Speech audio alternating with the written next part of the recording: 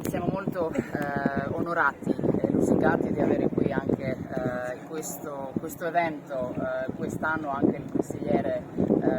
di Città di Venezia. È un progetto per noi lusignani veramente molto importante che ha iniziato nel 2023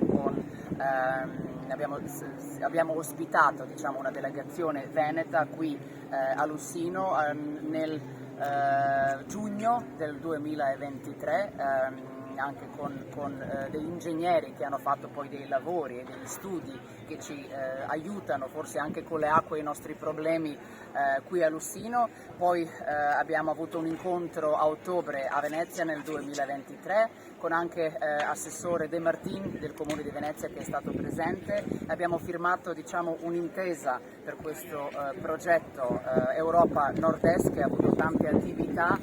in tutte le città che fanno parte di questo progetto, anche qui a Lussino, e per noi questa collaborazione anche con il Comune di Venezia è veramente molto importante perché abbiamo tante cose che ci accomunano dal punto di vista culturale, anche come abbiamo visto ieri sera, forse anche gastronomico, però questo dialogo tra tutte le città delle due sponde dell'Adriatico per noi di Lussino è veramente molto importante, e con tutte le attività e tutti i passi che si stanno sviluppando da parte dalla città di Lussino, anche la nostra ente turistica, anche della città di Venezia, ma anche tutte le altre parti, artigiani, Camera di Commercio eccetera, veramente vediamo di buon occhio, ecco, tutte le proposte che si fanno nell'ambito di questo grande progetto che ci accompagna.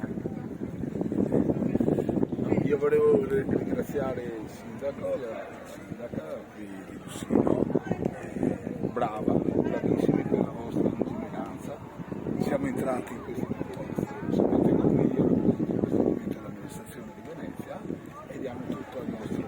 supporto possibile. Grazie mille, grazie.